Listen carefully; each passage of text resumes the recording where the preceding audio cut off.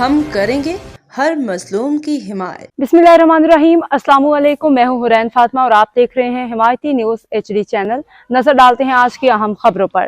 مسلم league functional کے PS 84 Malir کو تحلیل کرنے کا فیصلہ، نئی آرگنائزنگ کمیٹی تشکیل، ڈسٹرکٹ صدر غلام قادر لغاری کی ہدایت پہ تمام UCs ایوارڈز کی تنظیم 9 کا آغاز، سیاسی سرگرمیاں عارضی طور پہ معطل، کراچی رپورٹ عابد حسین آفریدی، ڈسٹرکٹ ملیر۔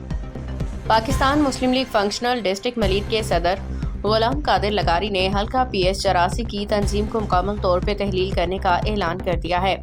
اس فیصلے کا مقصد پارٹی کے تنظیمی ڈھانچے کو نچلی سطح تک فعال بنانا، تمام یونین کونسل UCs ایوارڈز میں شفافیت اور نظم و ضبط کو فروغ دینا ہے۔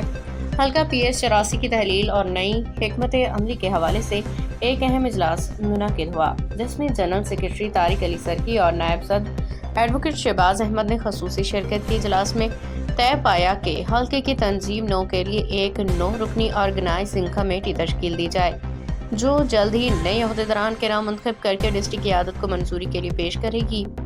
نئی آرگنائزنگ کمیٹی کے اراکین نئی تشکیل شدہ کمیٹی میں درج ذیل اراکین شامل کیے گئے ہیں: شمس الدین ابڑو، قربان علی ابڑو، اسد اللہ ابڑو، بخش علی میاں، آصف کیریو، بزدار گبول، آصف لغاری، نعیم ابڑو، حسنین شاہ۔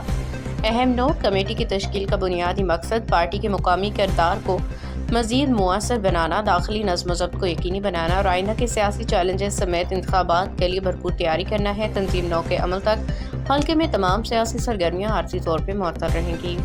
اب تک کے لیے اتنا ہی۔ مزید خبروں اور اپڈیٹس کے لیے دیکھتے رہیں حمایتی نیوز HD چینل۔